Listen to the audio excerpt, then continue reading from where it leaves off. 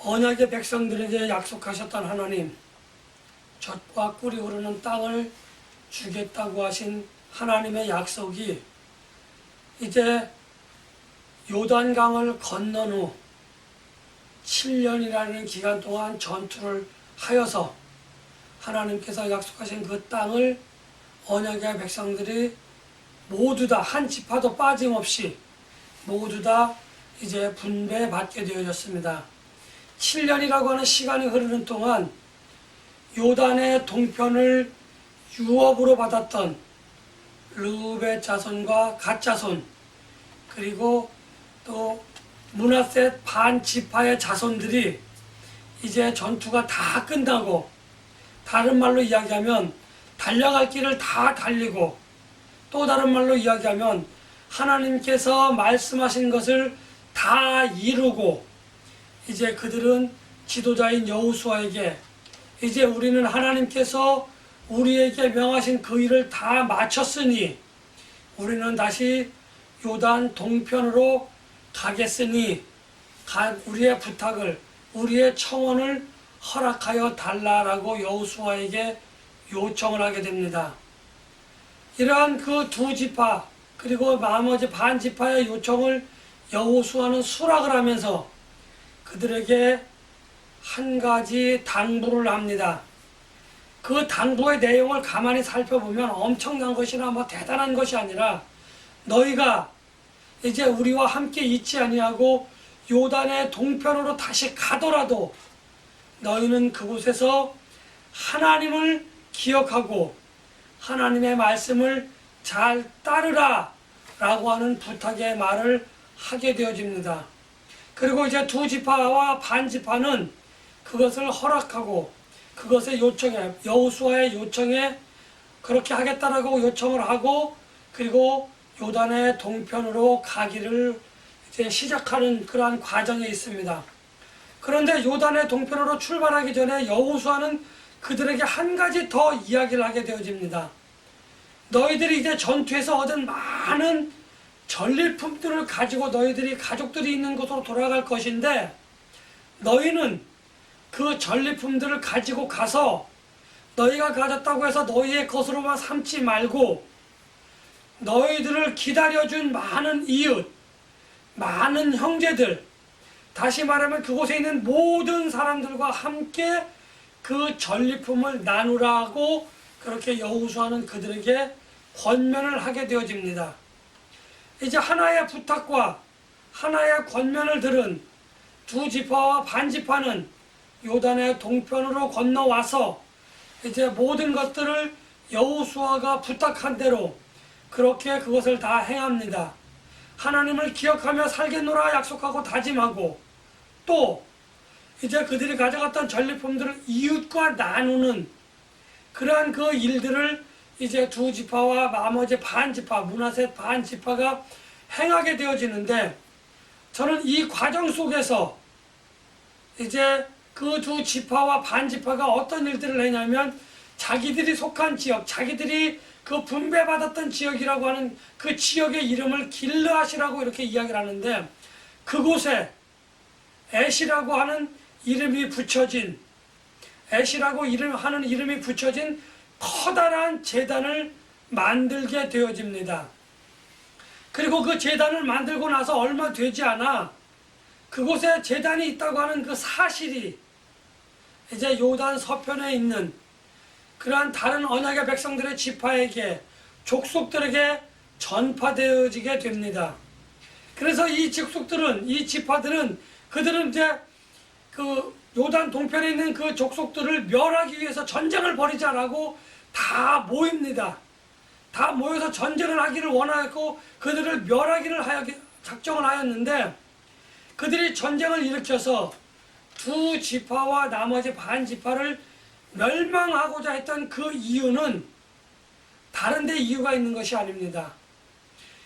이스라엘 자손들, 언약의 백성들은 광야 기간 동안, 또 가나안 땅을 정복하는 기간 동안 하나님의 말씀을 어겨서, 다시 말하면 하나님의 율례와 법도와 규례를 지키지 못하여서 그것을 어겨서 하나님으로부터 하나님의 진노를 불러왔고, 하나님의 진노가 하나님의 심판이 되어져서 그들은 자기들이 진멸당할 위기에 처한 그러한 위기의 순간들을 많이 겪었기 때문에 그쪽에, 다시 말하면 요단의 동편에 제단이 성립되어졌다, 제단이 설립되어졌다라고 하는 말을 듣고 그 제단을 허물어야 할 것이고, 그리고 그 제단을 만든 자들을 하나님의 진노가 임하기 전에 멸하여야 되겠다라고 결정을 하고 이제 그들과 전쟁을 불사하며 그것을 회파하기를 원하였던 겁니다. 그런데 여호수아를 비롯한 그 많은 사람들이 모여서 회의를 합니다.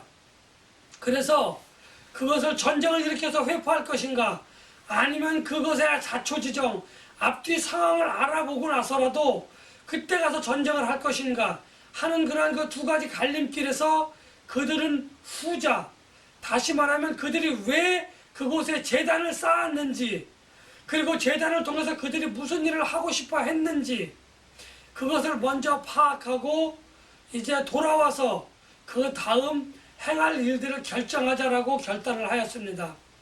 그래서 그들은 이제 비누아스라고 하는 제사장의 아들을 대표로 삼아서 나머지 10지파의 대표자들까지 해서 총 11명이 요단 서편의 모든 족속과 지파들을 대신해서 요단 동편에 건너가게 되어집니다.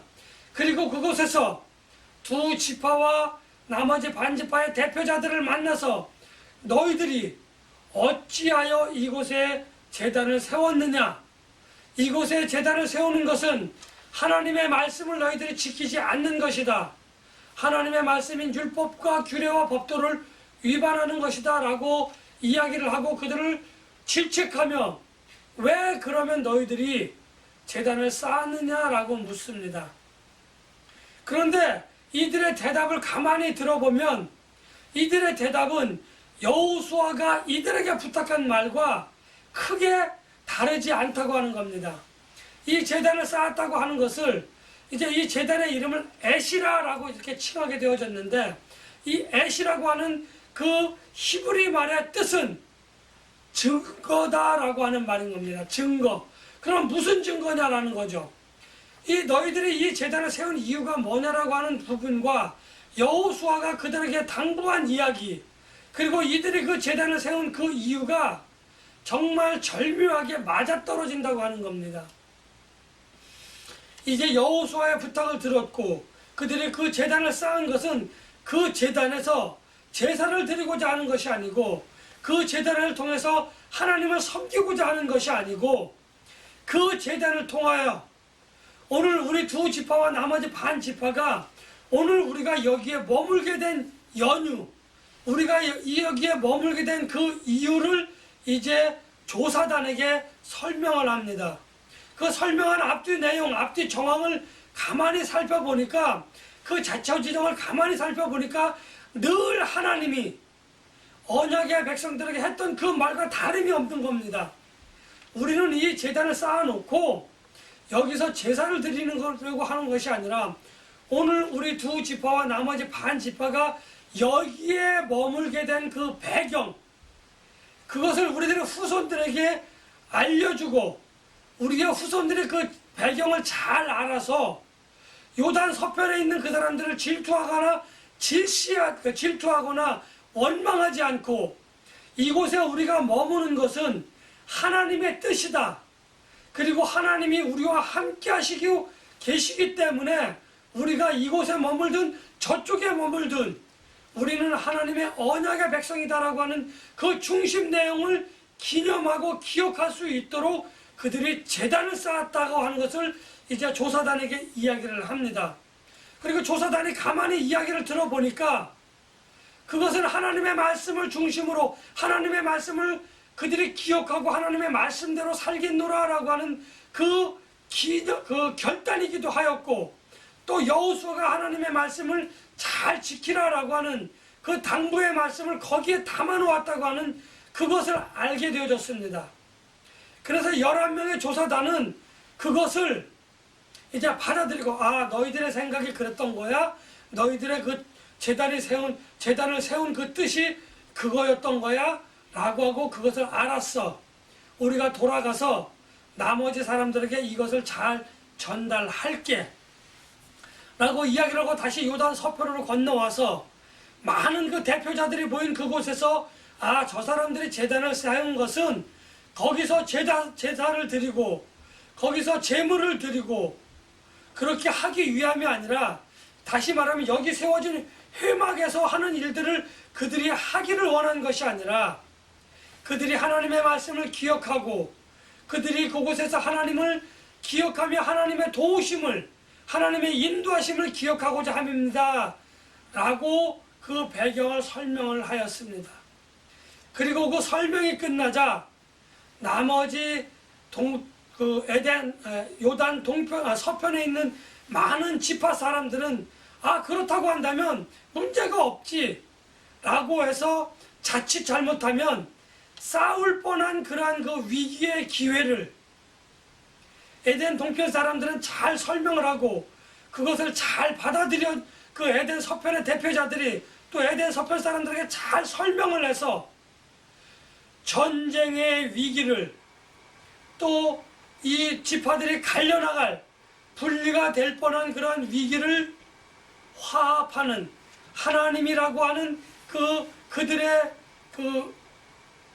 뭐라고 해야 되나요? 그들의 중심 사상, 하나님의 말씀으로 요단의 서편과 요단의 동편이 하나 될 수 있다고 하는 위기를 그들은 기회로 삼아서 이제 그들은 다시 합하여져서 하나님의 언약의 백성들이 되어지는, 하나님의 언약의 백성으로서의 그 지위를 완전히 확고하게 다짐하는 그러한 계기가 되었다고 하는 것을 우리는 알 수 있는 것입니다.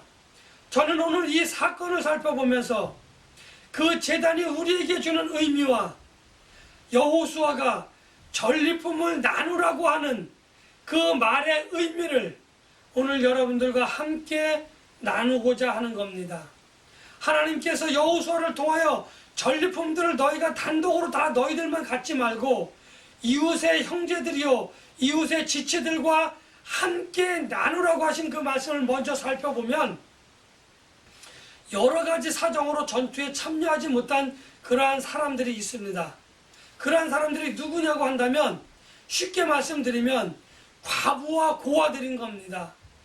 그들은 전투에 참여할 만한 자녀들을, 전투에 참여할 만한 자식들을, 전투에 참여할 만한 남편을 갖지 못한 과부들은 전리품을 가지고 온 가정에 비하면 경제적으로 굉장히 불평등한 그러한 기회를 그러한 찬스를, 그러한 계기가 될 수 있었음에도 불구하고, 그래서 그들은 낭망하고 좌절할 수밖에 없었지만 하나님께서는 전리품을 그들과 함께 나누라고 했던 겁니다. 나그네와 과부와 고아들에게 그들이 가진 그 부를 나눔으로 인하여 그들과 그 전투에 참여하여 전리품을 가지고 왔던 그 백성들이, 그 사람들이 경제적으로 동등한 경제적 공동체의 위상을 가질 수 있도록 그렇게 하나님은 배려를 했던 겁니다. 하나님의 말씀을 잘 지켜서 그들은 그 전리품을 잘 나누었고, 그들은 그곳에서 경제적인 동등한 지위를 가짐으로 인해서 불평을 토로하지 않고 불만을 토로하지 않았다고 하는 겁니다. 경제적인 불평등은 항상 사회적 약자와 사회적 강자를 나누는 기준이 되어져 왔던 겁니다. 그래서 강자들은 약자의 위에 군림하고 약자들을 괴롭히고 약자들을 무시하고 그러는 일들이 늘상 인간의 역사에 있어 왔기 때문에, 하나님은 그것을 잘 알고 있었기 때문에 우리의 성품의 그러한 부분들의 연약함들을 나누어 주는 것으로 채워졌던 겁니다. 또 이것을 다르게 말하면 우리가 신명기서에서 늘 이야기했던 언약의 공동체가 깨지지 않도록, 언약의 공동체가 빈틈이 벌어지지 않도록 서로가 서로를 사랑하고 서로가 서로를 돌아봄으로 인해서 강하고 단단한 그러한 언약의 공동체를 이루어가라고 하는 하나님의 권면이었고, 그것을 언약의 백성들은 잘 지켜 행하였던 것입니다. 그리고 두 번째로 에시라고 하는 제단을 쌓았던 그러한 그 언약의 백성들의 그러한 모습을 살펴보고자 합니다. 그들이 에시라고 하는 그 제단을 쌓았던 것은, 제가 계속해서 말씀드렸지만, 그곳에서 제사를 드리고 그곳에서 번제물들 드리고 화목제를 드리는 이러한 제단의 용도가 아니라, 하나님을 우리의 후손들이 우리가 왜 여기에 이때까지 이르렀는지, 어떻게 이르렀는지, 하나님의 강한 권능의 팔과 하나님의 자비로우신 은혜로 우리가 지금 여기까지, 그리고 지금 이렇게 잘 살고 있었다고 하는 것을, 하나님을 기억하라, 하나님의 은혜를 누리고 있다고 하는 것을 잊지 말아라, 하나님께서 도우셨다고 하는 그것을 잊지 말아라 라고 하는 일종의 기념비였던 겁니다.